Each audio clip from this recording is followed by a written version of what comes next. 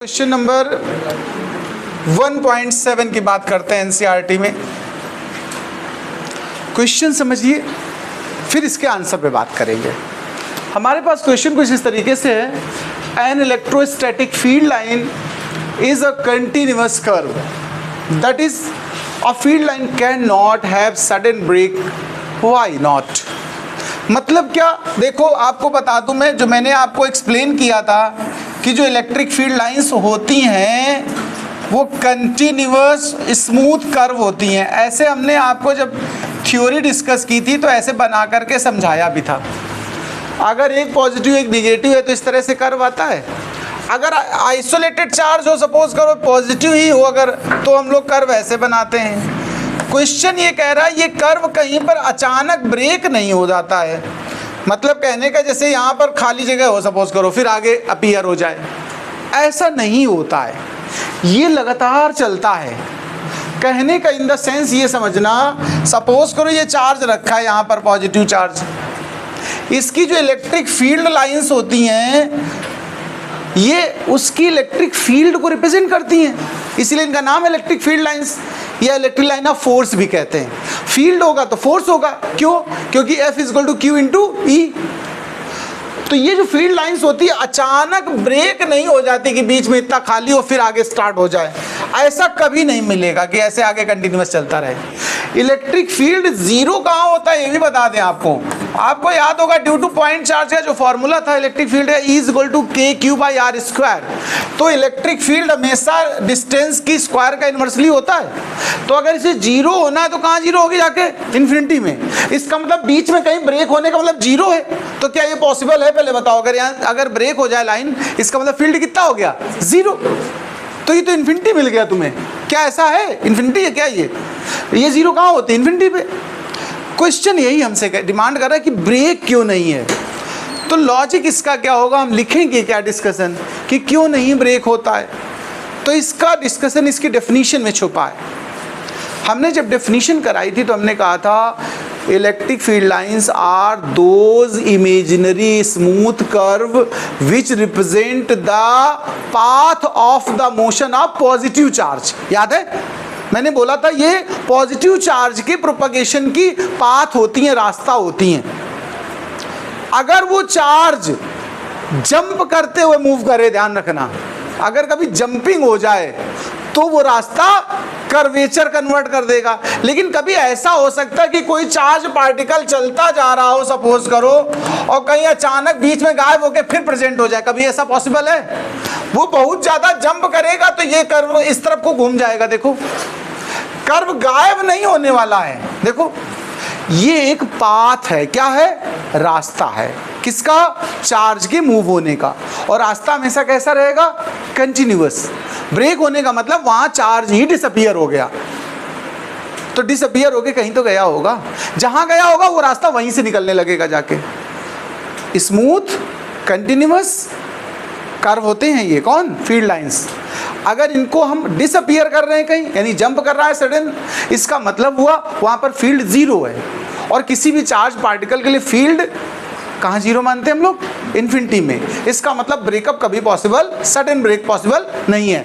हाँ, एक कंडीशन ऐसी होती है जहां पर हम फील्ड लाइंस को डिसअपीयर रिप्रेजेंट करते हैं। बता दें आपको, अगर यही फील्ड लाइंस मेटल के थ्रू पास हो रही हो, देखो ये मेटल है सपोज करो, ये फील्ड लाइन मेटल के सरफेस तक तो होती हैं, और फिर सरफेस के बाद अंदर हिस्से में कैविटी जैसे स्फेरिकल सेल हो, उसके अंदर फील्ड जीरो होता है, क्योंकि वहाँ फील्ड लाइन नहीं होती हैं। क्यों नहीं होती? क्योंकि फील्ड ही नहीं। और फील्ड क्यों नहीं? क्योंकि चार्ज नहीं वहाँ एग्जिस्ट करेगा। चार्ज कहाँ एग्जिस्ट करेगा? सरफेस पर। तो वो लाइन ध्यान रखिए सरफेस के अक्रॉस निकल जाती है, इसलिए आपको बीच के स्पेस में अपीयर नहीं होती है। ब्रेक तब भी एक्चुअल में नहीं होती है। वो कहाँ से पास हो रही होती है उस समय? सरफेस के क्रॉस। ठीक है, तो कहने का मतलब ये सिचुएशन तो ऐसा दिखाया जाता है कि यहाँ पर ब्रेक हो रहा। देखो ये हमने प्रॉपर्टी आपको लिखाई भी थी इस तरह से। तो इसका बहुत छोटे कट में अगर हम आंसर लिखेंगे तो कुछ इस तरीके से लिखेंगे। पहली तो एक लाइन डेफिनेशन लिखेंगे, किसकी? फील्ड लाइन की। फिर हम उससे इसका लॉजिक निकालेंगे। तो पहला तो एक लाइन डेफिनेशन में लिखिएगा, द इलेक्ट्रिक फील्ड लाइंस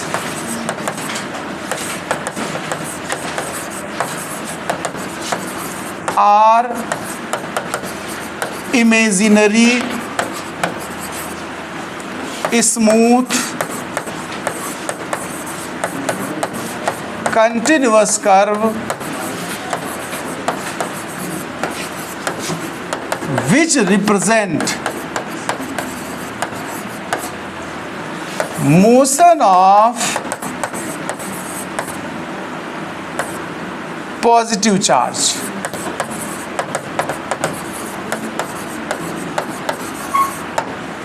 अब हम इसके सॉल्यूशन की बात करते हैं, जो हमारा क्वेश्चन उसके आंसर पे आते हैं। हम कहेंगे the electric field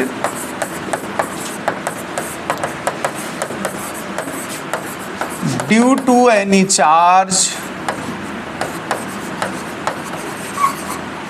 continuously decreases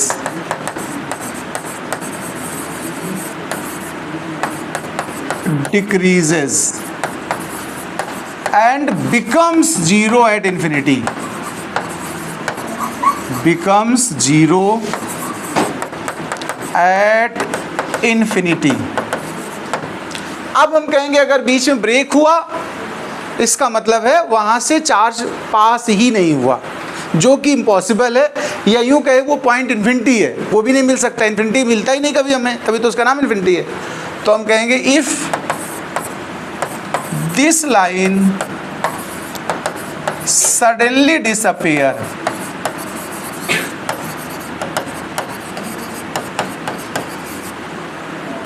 suddenly disappear, it means charge particle does not pass or reaches at infinity, which is impossible। ये हमारा फर्स्ट पार्ट का पूरा थ्योरेटिकल डिस्कशन है, जिस तरह से लिखना है, नोट करें इसको। देख, इसके सेकेंड पार्ट की बात करते हैं, ये ज़्यादा इंपॉर्टेंट है, ध्यान रखिएगा। Explain why two field lines never cross each other at the point, at any point. ये जो इलेक्ट्रिक फील्ड लाइंस होती, ध्यान रखिएगा, क्वेश्चन कह रहा है ये कभी किसी पॉइंट पे इंटरसेक्ट नहीं करती, रीज़न क्या है? तो ये तो फैक्ट है कि they never intersect each other. लेकिन अगर इंटरसेक्ट करें, हम थोड़ी देर लेट कर लें कि सपोज करो कर गई इंटरसेक्ट, तो अगर ये इंटरसेक्ट करेंगे, ध्यान रखो, तो इन पे दो टेंजेंट पॉसिबल है कि नहीं बताओ? एक इस वाले कर्व की और एक इस वाले कर्व की। और जो टेंजेंट होती है इलेक्ट्रिक फील्ड लाइन की, ये कर्व होते हैं, जो टेंजेंट होती है वो फील्ड की डायरेक्शन को शो करती है, किसकी? इलेक्ट्रिक फील्ड की डायरेक्शन को। अब एक ही जगह इलेक्ट्रिक फील्ड की कितनी डायरेक्शन आ रही है तुम्हें? 2, और 2 डायरेक्शन किसी एक पॉइंट पे पॉसिबल नहीं है। हो सकता है आपके मन में आ रहा हो कि सर क्यों नहीं पॉसिबल है, ये क्वेश्चन भी कभी मन में बच्चे के आ सकता है। मेरी बात सुनना ध्यान से, मैंने पहले बोला कि ये नहीं इंटरसेक्ट करेंगी एक जगह पर। अगर करें तो समस्या क्या है कि इंटरसेक्शन पॉइंट से 2 टेंजेंट बन रही हैं, दोनों कर्व की अलग अलग टेंजेंट आएगी कि नहीं आएगी बताओ? 2 टेंजेंट होने का मतलब 2 डायरेक्शन ऑफ फील्ड है, और मैं कहूँगा एक ही पॉइंट पे कभी भी 2 फील्ड की डायरेक्शन होंगी नहीं, वो इम्पॉसिबल है। लेकिन कोई बच्चा पूछे कि सर क्यों इम्पॉसिबल है, 2 फील्ड की डायरेक्शन क्यों नहीं हो सकती हैं, क्या ये मन में तुम्हारे नहीं आ सकती बात? मैं अगर आपसे कहूँ कि 2 फील्ड की डायरेक्शन कभी भी एक जगह नहीं होती हैं, एक ही पॉइंट पे 2 डायरेक्शंस ऑफ इलेक्ट्रिक फील्ड नहीं पॉसिबल है, तो क्या तुम्हारे मन में ये बात आ सकती कि सर 2 क्यों नहीं पॉसिबल, 2 डायरेक्शन क्यों नहीं हो सकती, एक ही क्यों होती है? शायद ये आ जाए कभी मन में, ऐसा आना भी चाहिए, नहीं आना चाहिए क्वेश्चन, ये बनना चाहिए कि नहीं बनना चाहिए? ये 2 फील्ड की डायरेक्शन क्यों नहीं पॉसिबल, इसका क्या मतलब है? सुनिए, 2 फील्ड की डायरेक्शन होने का मतलब होता है कि जब पॉजिटिव चार्ज यहाँ पहुँचा, इसका मतलब एक साथ 2 तरफ चलेगा। क्या ऐसा कभी है? कोई पॉजिटिव चार्ज, भाई फील्ड लाइन होती क्या है? पॉजिटिव चार्ज के चलने का पाथ होती हैं। तो ये पॉजिटिव चार्ज जब इस जगह पहुंचेगा, क्या एक साथ वो 2 डायरेक्शन में जा सकता है? ये बताओ मुझे, ये पॉसिबल है? इलेक्ट्रिक फील्ड जो एरो बनाए हमने E1 E2, इसका मतलब होता है कि ये पॉजिटिव चार्ज यहाँ जाने के बाद यहाँ जाएगा या फिर यहाँ जाएगा, एक ही तो चूज करेगा पाथ, जो वो चूज करेगा वही एक्चुअल डायरेक्शन है, दूसरा तो फालतू का मैटर हो गया ना। एक बार में एक चार्ज पार्टिकल एक ही डायरेक्शन में तो मूव कर सकता है, वही मूव करने की जो डायरेक्शन वही फील्ड की डायरेक्शन है। तो कभी भी किसी पॉइंट सिंगल पॉइंट पे दो डायरेक्शन नहीं बनेगी इलेक्ट्रिक फील्ड की, ध्यान रखिएगा। कि आप सोचो दो डायरेक्शन पॉसिबल हैं, ये क्यों नहीं पॉसिबल? क्योंकि चार्ज दो डायरेक्शन में नहीं जा सकता है। जब चार्ज जाएगा जिस डायरेक्शन में वही फील्ड की डायरेक्शन बोली जाएगी, अदरवाइज कोई डायरेक्शन फील्ड की नहीं होती है। तो क्यों दो फील्ड की डायरेक्शन नहीं होती? क्योंकि चार्ज पार्टिकल को एक ही पाथ तो फॉलो करना है, जो फॉलो करेगा वही डायरेक्शन है फील्ड की। इसलिए हम बोल देते हैं कि कभी इंटरसेक्ट नहीं करेंगी। अब इतनी पूरी कहानी तो लिख नहीं दोगे तुम, कि लिख दोगे पूरा इतना सब? तो इसको हम शॉर्ट में जब लिखेंगे तो क्या लिखेंगे, चलिए लिखते हैं। लिखिए पहले तो, two electric field lines never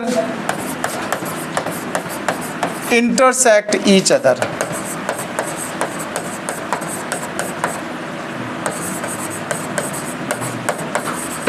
अब हम कहेंगे if they do, अगर ये कभी ऐसा करें तो if they do then there are two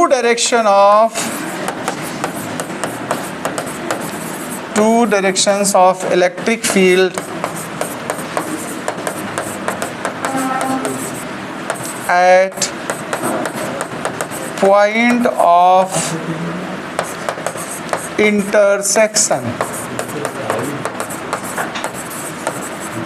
which is impossible. अब आप इसको नोट कर लें।